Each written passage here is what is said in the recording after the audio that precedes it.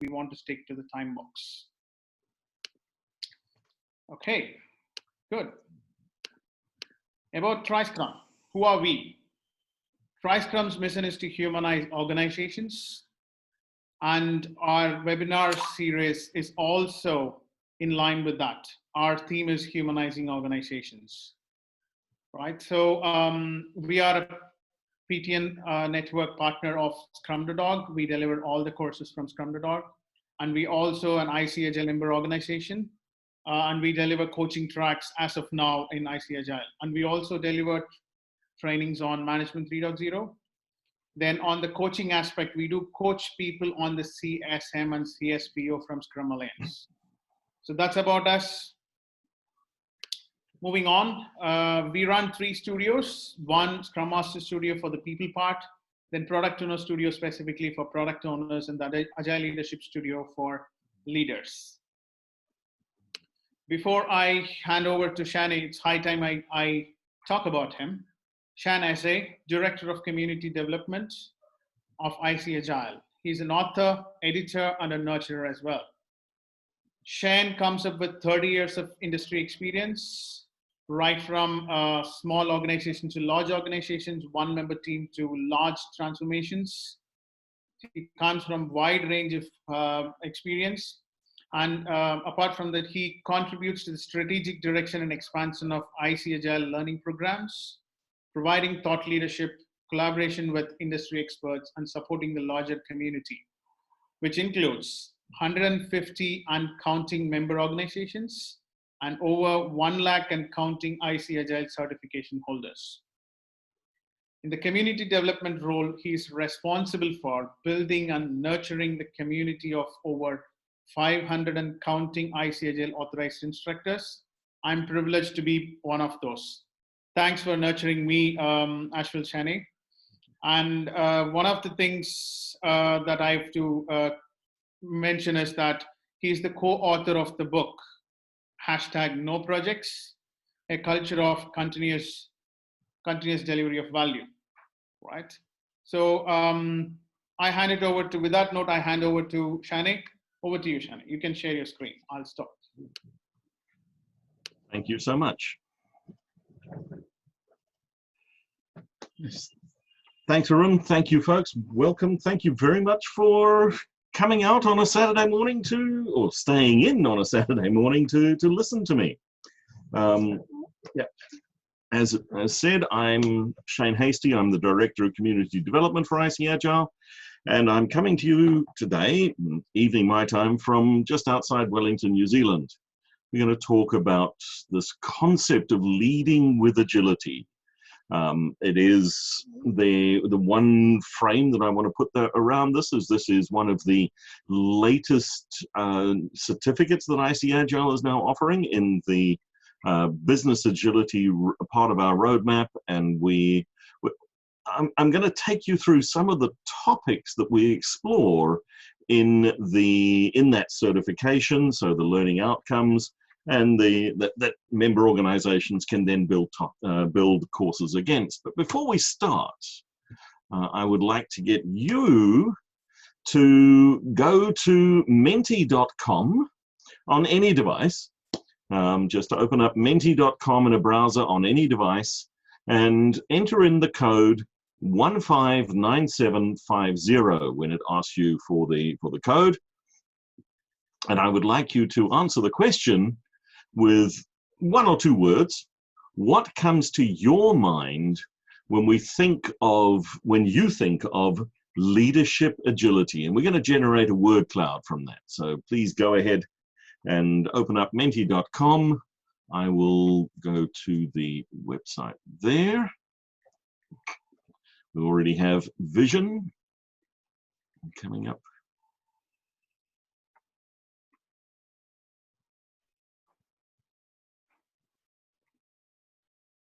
Culture, vision again. Adaptive leadership, openness, creativity, vision and culture still strong, belief. Nurture self-organization, empowerment, openness, motivation, charismatic, collaboration, trust the team, motivation, connected to markets, servant leadership, again, commitment, creativity coming through, vision, culture, strong in the center there.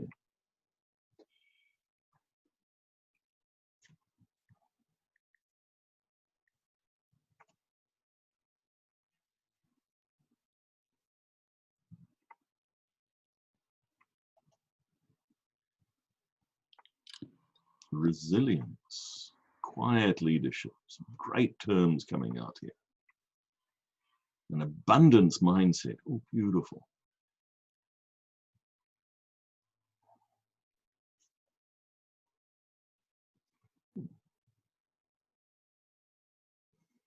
All right, so hold those thoughts, and when I share the PDF of the slides afterwards, I will include the a snapshot or the copy of this word cloud in there. So just good to get you thinking about this stuff. Risk taking in there.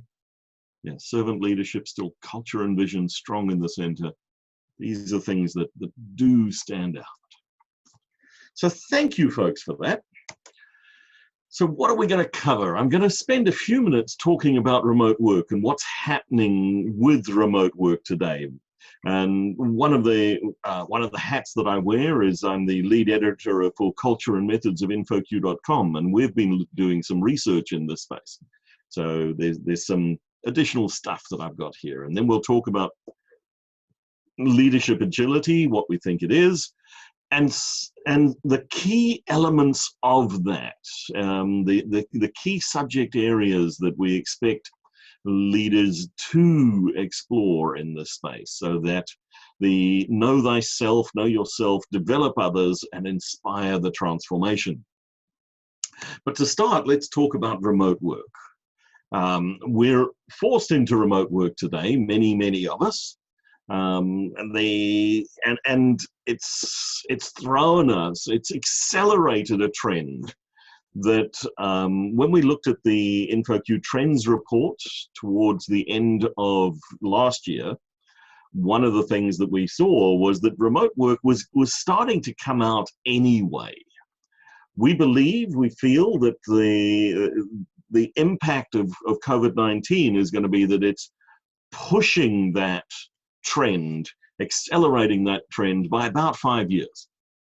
And there's some really important things to think about here. You know, this really good blog from Brian DeHaaf, when he talks about, simply put, remote work is the opportunity to do your best work from anywhere.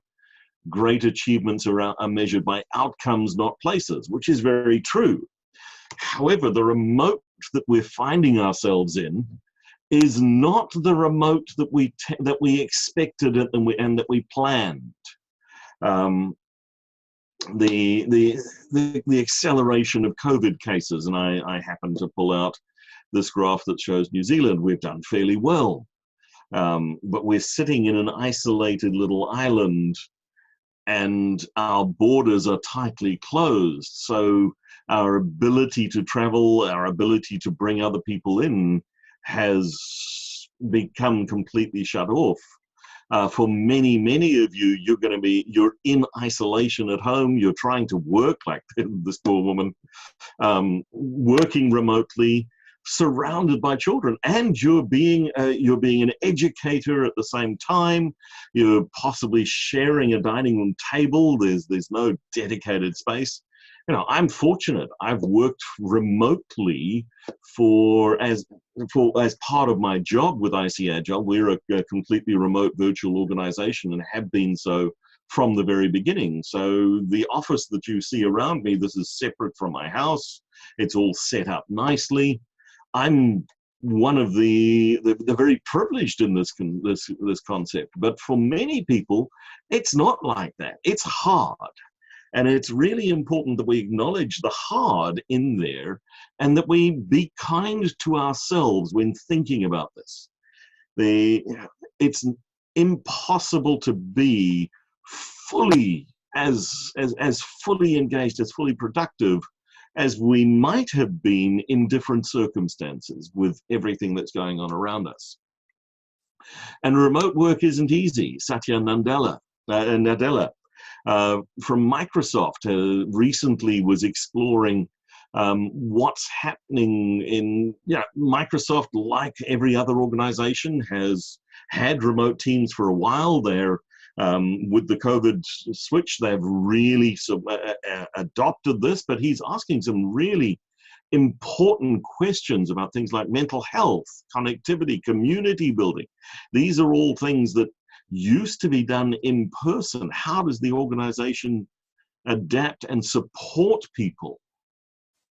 It's not as easy as it would, as some pundits would have us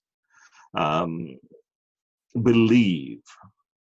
And the buffer state of remote work, and that was done early on in the COVID realm. So a lot of in fact, it was probably towards the end of last year and January, February this year, before it was really spreading and before the enforced lockdowns were happening.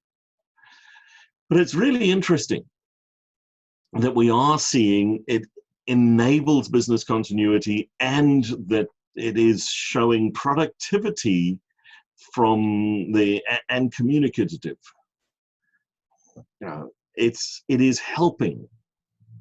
We are able to be effective and productive. Our economies haven't come to a grinding halt. Now, we have to acknowledge that there are probably three groups of people who are that we're seeing through this COVID crisis. There are those of us who are in the knowledge worker environments where the organization can continue and we can work remotely. And for us, yes, it's disruptive, yes, it's hard, but basic survival factors are not under threat. We're really sitting in a relatively privileged position. Then there are the essential workers, the people who on a day-by-day basis are putting their lives at risk to enable us to have a level of safety and comfort. And I'm talking here about, of course, the healthcare workers, but then even the shop workers, the people in the supermarkets and the stores, the people who are doing deliveries, or picking stuff up and bringing them around, all of those people who are helping to keep the wheels of the economy at least creaking over, moving forward slowly. And then there's the group of people who are not able to work, who have lost their income, who have lost jobs, and they're sitting in a horrible situation. So for those of us who are in that privileged community of able to be relatively safe and can continue working, can continue earning, it's great. But we need to acknowledge that there are many, many millions and millions of people who haven't got that safety net, who haven't got that opportunity, who are either putting themselves at high risk or have simply lost the ability to earn. So I don't want to in any way negate the sacrifices that are happening. And really interestingly, in the knowledge worker environment, we're seeing a massive shift to this remote work going to become something that will persist way beyond this COVID crisis. When there is a vaccine, when we're able to open up, when things get back, you're going to see some fundamental structural shifts in the economy. And one of the big ones is going to be this shift to much more remote work. And that's going to open up huge opportunities. Facebook used to pay people a $15,000 bonus to move home to be closer to the office. If you got, I think it was within a 10-mile radius of the Facebook offices in Palo Alto. Well, they've changed that now. they're no longer offering that. In fact, they're moving all new jobs at Facebook are remote by default, and they plan on up to half of people moving to fully remote within 5 to 10 years. That's just going to be the norm. Large banking organizations that I'm aware of around the world are planning to not renew leases on office space, because the people who can work remotely are enjoying that work, and they're being productive, and they can save huge amounts of money in not having expensive office premises. So the implication of this is going to be huge as more and more organizations shift towards that. And you'll find more about this, of course, in InfoQ, where we explore these topics. So just as some things I wanted to put out there and consider. But now let's talk about agility.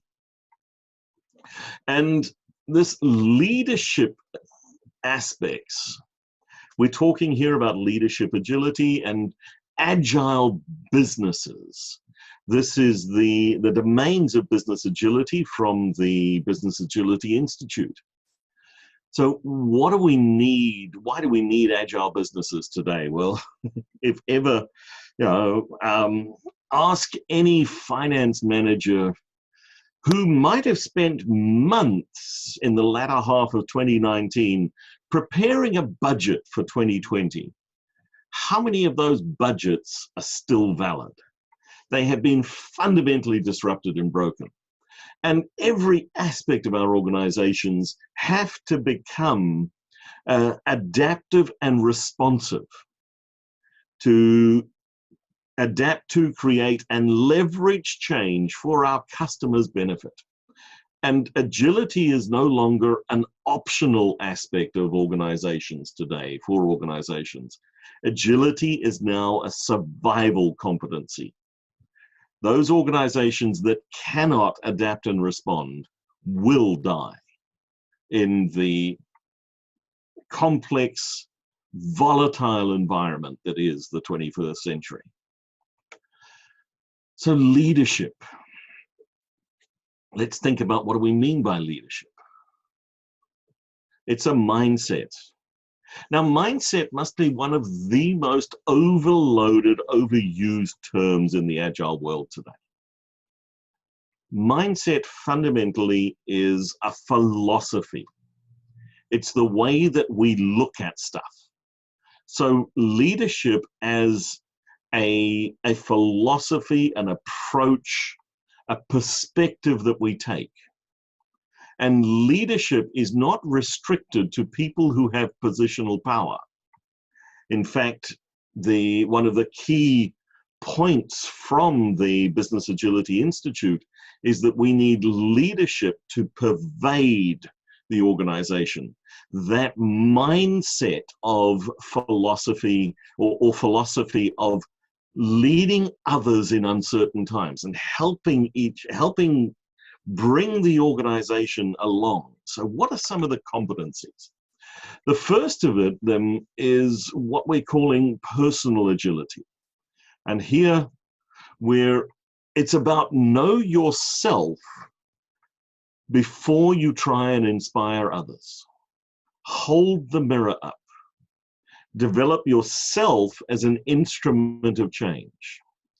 You need to be able to ruthlessly self-assess, to have the courage to identify these are the areas where I have my own shortcomings, and what am I going to do about them? What are the things that I can work on? Being mindful, deliberately conscious of my attitudes, my behaviors, having what Carol Dweck calls the growth mindset about my abilities to support others. I am not restricted to who I am today. I can become somebody new, somebody different. And knowing my own purpose and values. What do I bring when I come and talk to the people who are around me that I want to inspire. And really important, if we're talking about an agile organization, is that I embody the values of agility, not the practices, but that, again, the philosophy, the mindset, the attitudes of agility.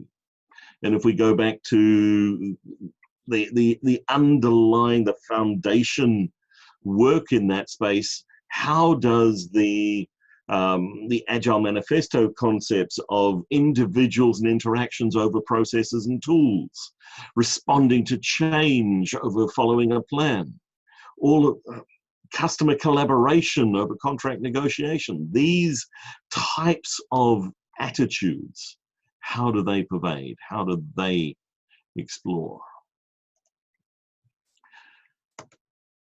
Then tools like the Jahari Window.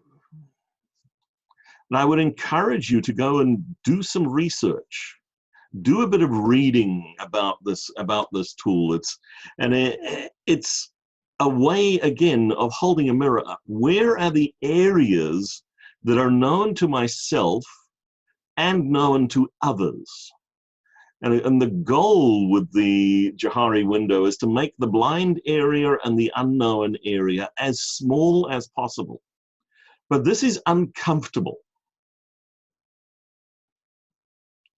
And we need to accept that when I do hold this mirror up, when I look through the Jahari Window and I'm looking at myself critically and mindfully, that it's at times going to be uncomfortable and that I'm going to see things I don't like. One of the things that I might not like are the biases that I carry with me. And I do not expect anyone to read this chart as I'm displaying it here at the moment. But if you search on the Cognitive Bias Codex, there are 68 built-in human biases that our brains are hardwired for. And it's hard to overcome those. It's uncomfortable to recognize them. But it's really, really important that if I'm going to lead others, if I'm going to become that inspirational agile leader, I need to understand who I am, where my biases are, and be deliberately, mindfully working on overcoming those biases. And these things are hard, and many of them come with us from our childhood, and they're the result of our experiences. So working on them takes deliberate, focused effort, and it will be uncomfortable, but it is worth it.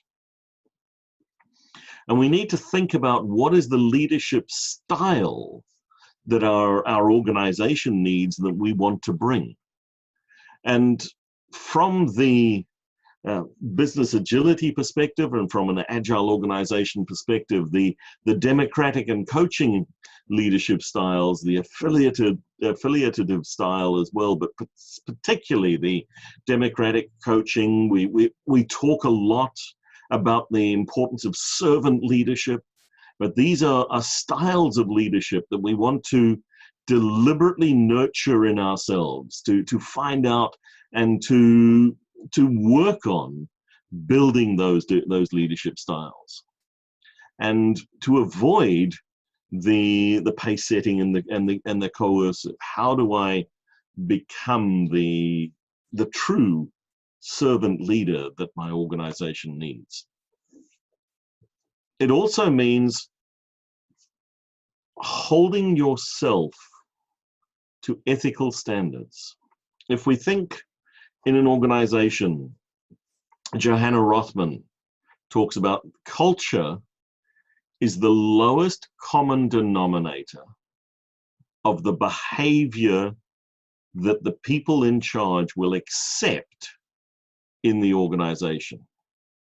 So what is that lowest common denominator, and how do we raise that bar? the ethical standards, the values that we hold ourselves to. And I honestly feel that in a lot of organizations today, we don't have a good, solid picture of ethical behavior. And we need to pay more attention to this. There's a lot of harm happening out there. And as Agilists, if we do espouse the humanistic values that are built into that manifesto and into that way of thinking, then our ethical standards are about how do we support people, how do we enable people, as a huge starting point. And a great quote by Jack Welch: before you are a leader, success is all about growing yourself. When you become a leader, success is all about growing others. So I've stated that we need this leadership mindset right the way through the organization. We'll hear the hackneyed term leadership at every level. How do I grow others to be better, the people around me? If I'm aspiring to be a leader, how do I grow those who are around me in the organization? And relationship agility is a part of this. How do you impact others? How do they impact you? Thinking of organizations as human systems. Conversations are the key element of communication, and storytelling is how we inspire people around us. So this concept of building relationship agility, and that one of the key things that builds on is the work on emotional intelligence. And there's a lot of research and a lot of strong evidence around the importance and value of emotional intelligence in the workplace today. And the four elements: the self-awareness, the self-management, the self-awareness, just knowing what my emotional responses are, being able to articulate, understand, and see. So that, again, that mindfulness, that vision of, okay, I know who I am, I know how I respond. Then when I respond, managing my response so that it does, so that I'm not having a negative impact on others. And then the social awareness, understanding the way that other people's emotional reactions impact me. And then relationship management, managing internally and externally how I respond to both my own and other people's emotive behavior, so that I make people feel good, not bad. And the beautiful quote: people will forget what you said, they will forget what you did, they will never forget how you made them feel.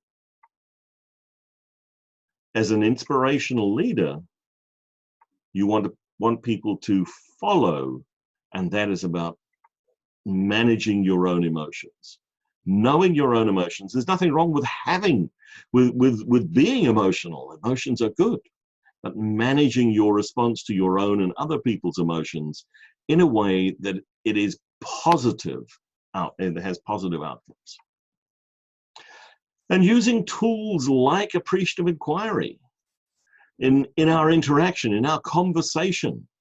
Again, we come back to understanding, knowing the biases, and moving away from the biases that we have, and building it towards strength-based, a strength-based positive approach to exploring and finding things. So when something is happening, if I need to discover something, well, taking a positive, dialogue-driven, inquisitive, purposeful approach to having the conversation. When something happens, good, bad, or indifferent, that we approach any examination, we approach any discussion and discovery from the point of view of this building positivity, co-constructing, envisioning, appreciating. And even when things have gone wrong, what can we learn, not who can we blame? Mistakes will happen. One psychological study said something like 5% of all human actions result in a mistake. Well, if mistakes are gonna happen, what can we learn from those mistakes? And how can we ensure that the mistakes that we make in the future are the right mistakes? So another technique, something that we would encourage you to explore, is this concept of appreciative inquiry. And it's, how do you think about the organization as a system? And this concept of the organizational gardener is something that we're seeing a fair amount of work, a fair amount of publications about lately. And it's moving away from the 20th century mechanistic view towards the need to treat our organizations and their ecosystem as a garden. When a plant doesn't do well in the garden, we give it fertilizer, we give it care, we protect it, we look after it. When weeds come in, we weed them out. We look after the total ecosystem, and we look for that growth. And we're creating spaces where people can grow effectively. So think of that gardening metaphor versus the mechanistic view that we had of the corporation in the 20th century, because that was the predominant metaphor of business in the 20th century, was the machine. Well, today, the metaphor we need, the philosophy we need, is that of the garden and the gardener. And concepts like delegation. But let's go beyond delegate. Let's look at how we elevate people to be their best selves, understand themselves, understand each other. This is an image of the moving motivators practice and cards from Management 3.0. Wonderfully useful tool to use within a group of people to understand how we impact each other and what drives us. And then we can have the conversations about, okay, how do I make sure that when we are looking at the delegation of work or the sharing out of activities, that we're doing it in a way that builds, that is positive for the people that we work with. And stories. Within our organizations, stories create the linkages. We motivate, we engage through the powerful stories that we tell, not through the commands that we give them. So think of the significant impact that people have had on your life in the organization and outside. How you've recovered from major mistakes. When you felt really proud to be part of this organization. When you learned something that was new and inspiring. And share these stories with your colleagues. And that gives us a shared mythology, a shared set of stories for our organization. And that becomes part of this inspiration of where are we from and where are we going together.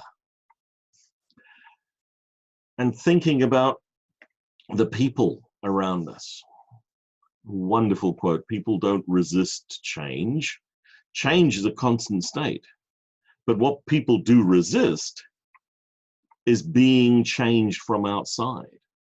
So as a leader in an organization, yes, we want people to change, but we want to inspire them towards change, not to drag them. And the Mahatma Gandhi quote, you must be the change that you want to see in the world. You can't manage change.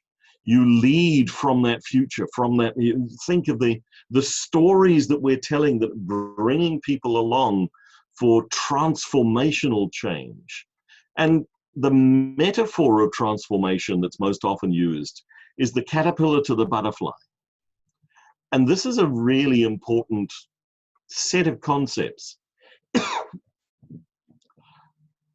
The butterfly can't go backwards and become a caterpillar. It has a new life, it goes on. Ahmed Sidki talks about the difference between a bowl of strawberries and the strawberry jam. And that's what transformation is about. You can't go backwards. And we need to be the inspiration for finding new ideas and moving the organization forward in new ways. And transformation, not just change. And what do we do with our workplaces? This is the book by Richard Sheridan. His other book is Joy Inc., Joy Incorporated. The story of Menlo Innovations, and they've founded the company, Richard and his partner James. They founded the company on the fundamental philosophy that creating an environment where people experience genuine joy, and that is the deep satisfaction of a job well done in an environment where people care about each other and support each other, will be profitable and good business. And they've consistently shown this to be the case. And when I first met Richard, I heard him talk, I didn't believe that this was possible. So I went and spent a week with them. And this photograph is one that I took. That's their daily stand-up. And there are 75 people around that room sharing the things that they are achieving on a daily basis. And by the way, they finish it in less than 15 minutes. But the feeling of involvement, commitment, engagement, and genuine joy that I saw there, and they inspire other organizations. If you haven't come across Richard's work, I would really suggest read that book. It's powerful. And think of the domains under the leadership dimension. So this is a subset of the leadership domain that the Business Agility Institute talks about. And managing people, one team, and having that concept of strategic agility, the culture of leadership across the whole organization, leadership at every level. But there's also leadership at a global level. And this is a picture of my Prime Minister, the Prime Minister of New Zealand, Jacinda Ardern, shortly after the Christchurch mosque attacks. And we sit in the midst of COVID-19 today, and my country, we're pretty much through the worst of it.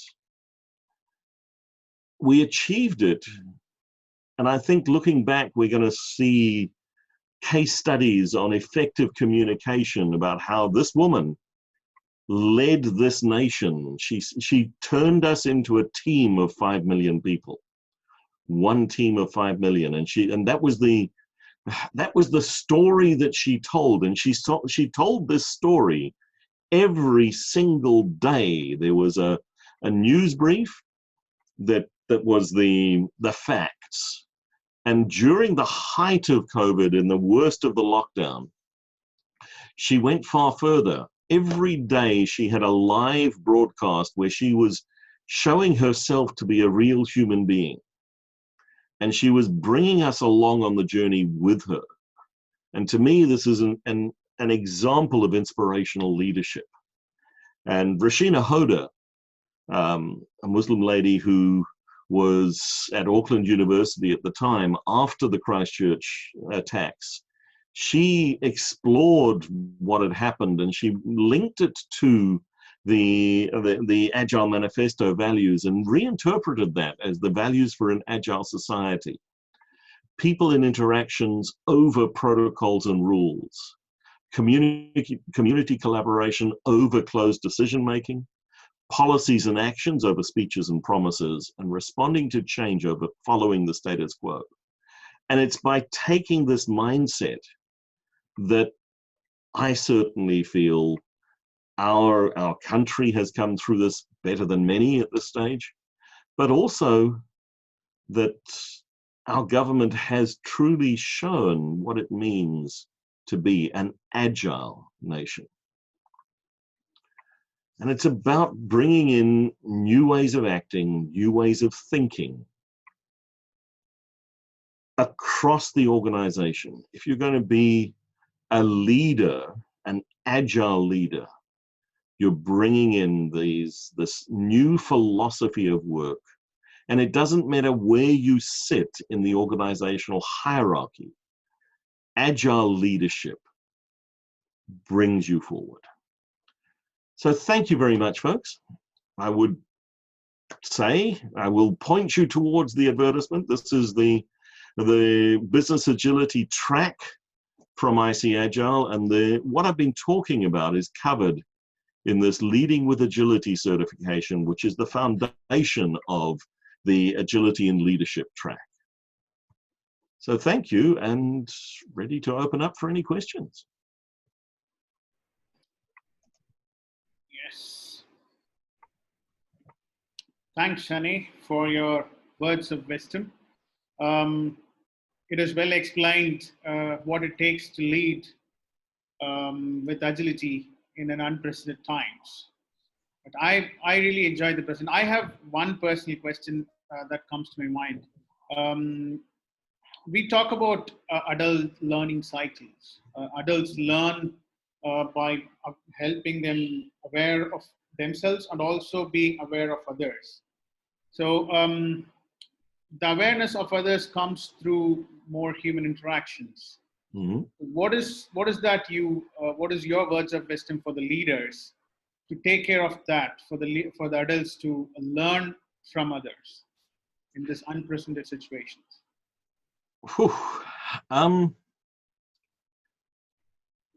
First and foremost, be kind. Be kind to yourself. Be kind to people around us. Be kind to the people in your organization.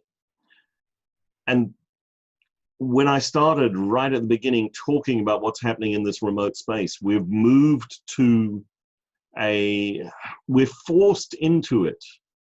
And stress levels are high for everyone. And yes, we're doing well in terms of coping with this, but we know that a lot of people are struggling with mental health issues through this, that there are the fears and the pressures. So start with be kind to yourself, be kind to everyone around you, and in every interaction, be mindful and say, is this the kindest way that I can communicate this? How can I, if I'm thinking about the people around me, how can I support them? How can I show that care that they need? Thank you. Thank you, Shane. I have one question coming up. I read the question for you. Mm-hmm. It's from Fadley. He says, I really like the metaphor of the mechanic and the gardener mentioned earlier.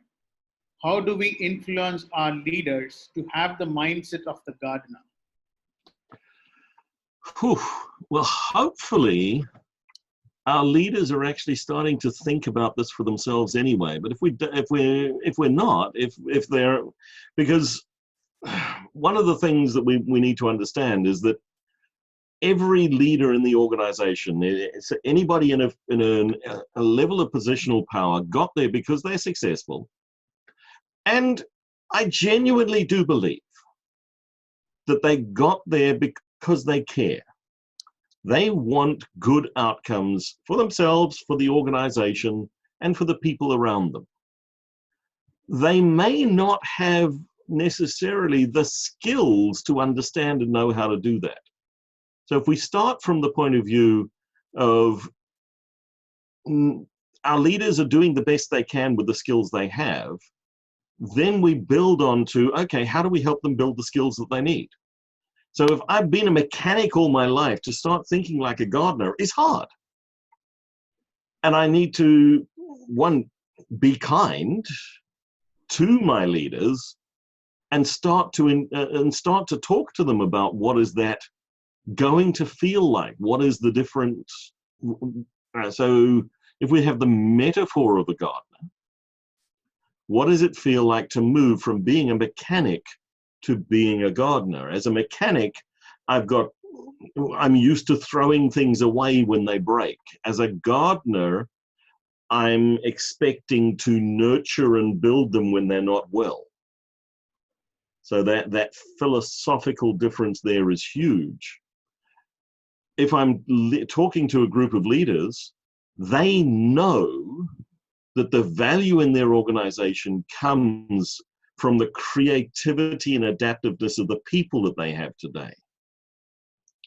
So moving that into the, so starting to just have those conversations about, we can't just throw people away. We can't just take the parts and put them and replace them with with another part, because those parts aren't there and they don't have the experience of the organization and so forth. So start to think about growing my people and creating the space around them. So I can't make the plant grow. I can only nurture the soil that the plant is in, and it will choose to grow itself. So just having that conversation and talking about what is needed in today's world is gardeners, not mechanics. Absolutely, I love that answer. Everything starts with being intentional about it. Yeah, thanks for that. I have one more question coming up, Shane. It says, I love the metaphor connect, Shane. Are there any other metaphors like that of strawberry bowl and strawberry jam? So you feel the excitement level churns up. Other metaphors. Yeah, the bowl of strawberries to the jam is a great transformational image. The caterpillar to the butterfly is another great transformational message. That one I think is overdone very often, but it's really important. Whew. Okay. I would encourage you to look at the work of Judy Reese on clean language. She explores metaphor a lot.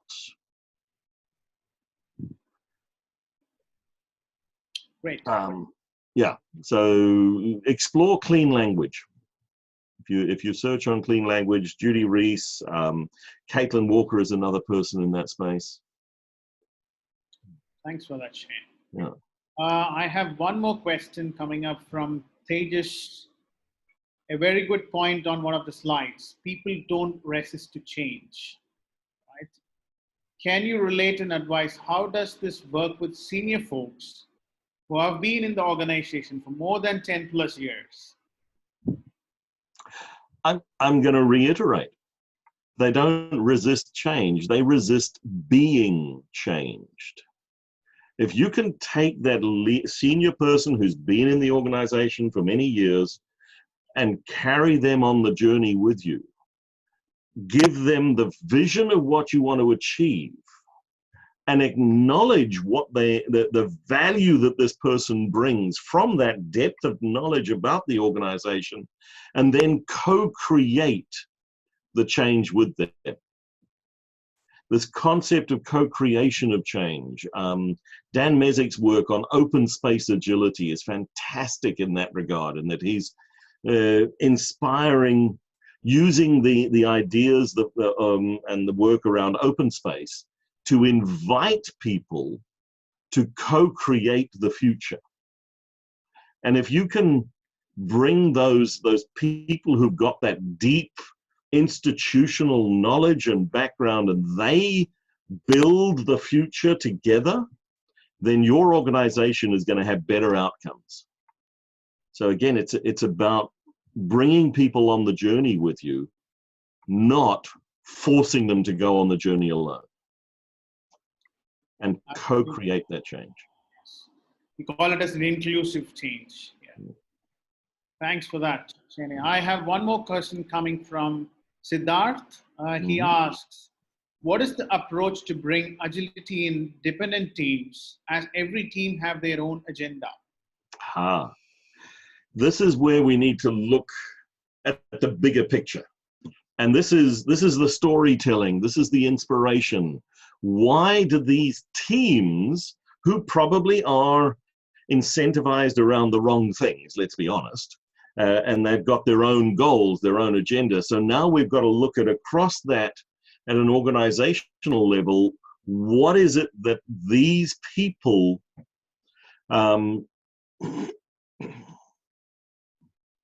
can work towards collaboratively. So one of the key things is to tackle the organization dysfunctions that have come in to create the silos, and look at what is it they have in common.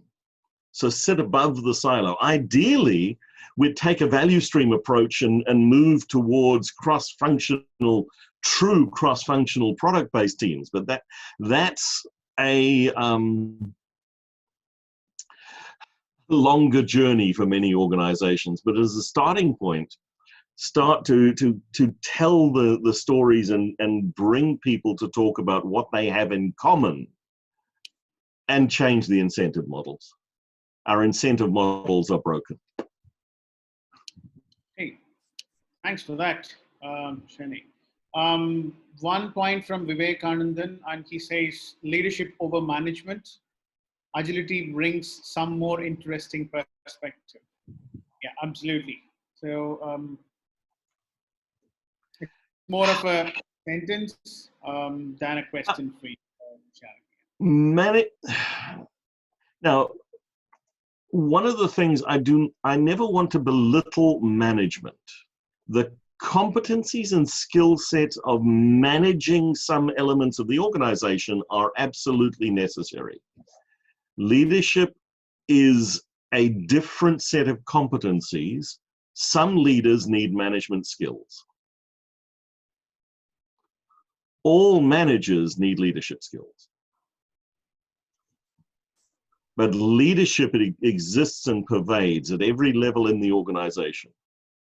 We have tended to associate management with positional power, but it doesn't need to. Okay, thanks for that. And I have requests on you talking about #NoProjects. Probably we would love to host one more session with Shane, specifically for #NoProjects. Hope you're accepting our advice to join again, Shane. Cool. I would love to come back and talk about no projects in the future, but at the highest level, no projects is shifting from the silo-based mentality and the concept of projects as a way of work to a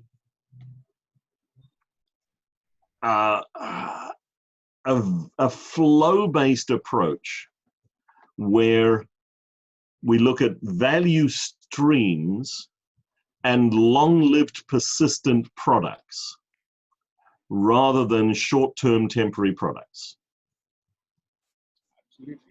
Projects. So moving away from the project mindset to persistent product mindset. There are contexts in which projects would make sense. This is typically in the environment where one group of people build something and they hand off responsibility of it to another group of people. In the civil engineering realm, that makes sense. The people who build the road are not likely to be, we don't need the 10,000 people who are building the road to maintain the road for the next 20 years. We might need a few hundred of them. That does make sense in that context.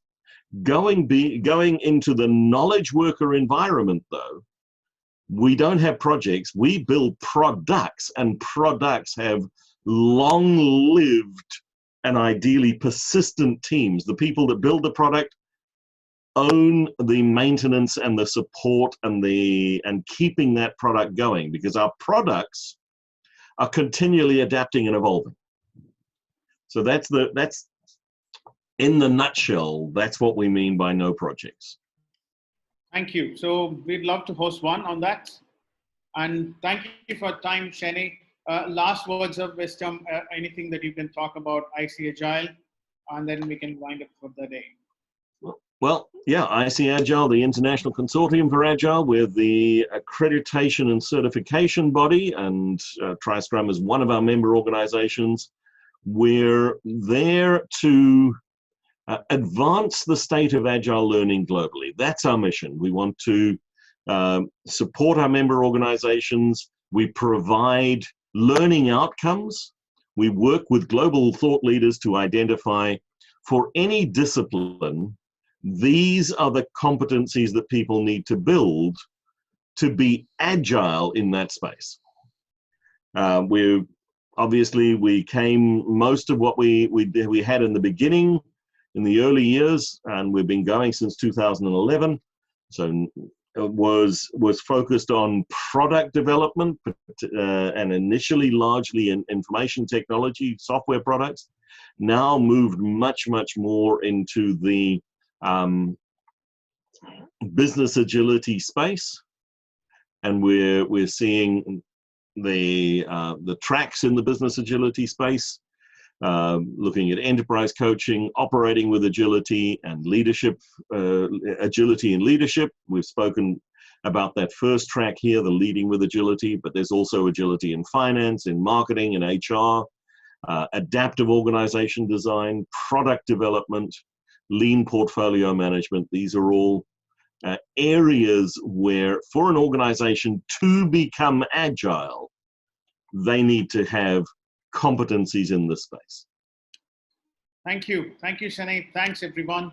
On upcoming webcasts, we have beautiful speakers and wonderful, knowledgeable speakers lined up.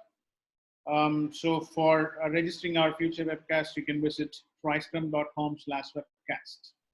Thank you, everyone. Thanks for your time on a Saturday. Thanks again. Thank you very much, folks.